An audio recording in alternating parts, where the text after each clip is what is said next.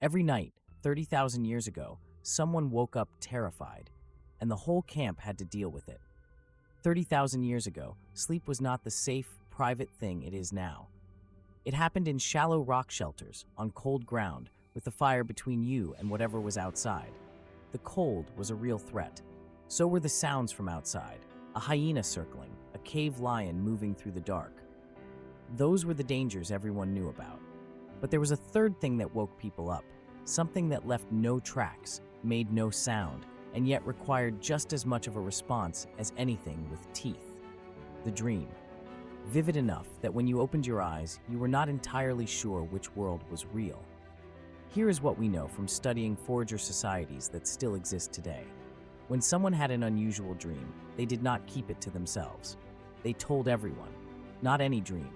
Specific kinds, dreams involving someone who had died, dreams about dangerous animals, dreams set in landscapes nobody recognized.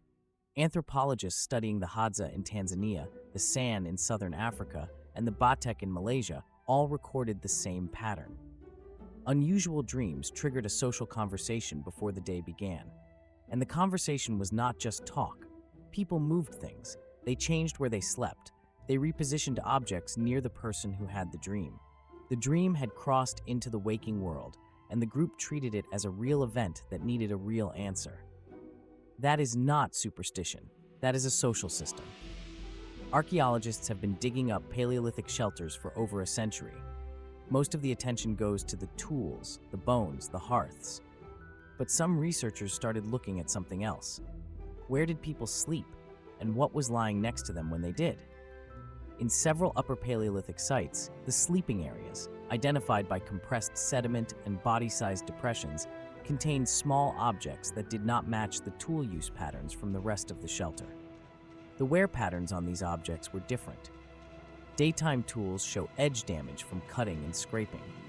These smaller pieces showed the kind of smooth, rounded wear that comes from being held repeatedly, turned over in the hand, rubbed, gripped, not during a task, not making something, just holding. The question researchers began asking was whether this handling happened during the day or at night when sleep was broken and something needed to be done with the hands. This pattern shows up across multiple sites, in France, in Germany, in southern Africa. It is not one strange find. It is a recurring feature of how these shelters were used. Now look at the walls. Upper Paleolithic shelters across Europe and Africa show ochre, red iron oxide pigment, applied directly to the rock surface. Everyone knows this. What is less discussed is when it was applied. Ochre on a pale rock wall is most visible by firelight, not daylight. In direct sun, the marks are dull. By a flame held close, they come alive. Several researchers have noted that the placement of marks, deep in shelters, around corners, on surfaces not easily reached in daylight, suggests nighttime application. Charcoal residue found embedded in and around ochre marks at sites like Altamira and Pech Merle comes from small portable torches, not large daytime hearths. Someone was working by handheld light in the dark, which raises a specific question. If you woke in the night from a dream that frightened you, a dead relative, a predator, a place you had never been, and you needed to do something about it, marking the wall near where you slept is exactly the kind of act that makes sense. And in the morning, the group would see it. The mark was not just an act of individual relief. It was a communication. Something happened here last night. Here is the evidence. Here is the argument that some researchers are now making. The first organized symbolic behavior in human history. The first time people used objects and marks to represent something beyond their immediate physical world may not have been a response to the world they could see. It was a response to the world that appeared only when their eyes were closed. The dead who came back, the animals that spoke, the impossible landscapes. These were the things that demanded explanation first. The human brain, by 40,000 years ago, was already capable of holding two versions of reality at once, what is in front of you and what you just experienced in a dream. That capacity is the same one that produces art, religion, and storytelling.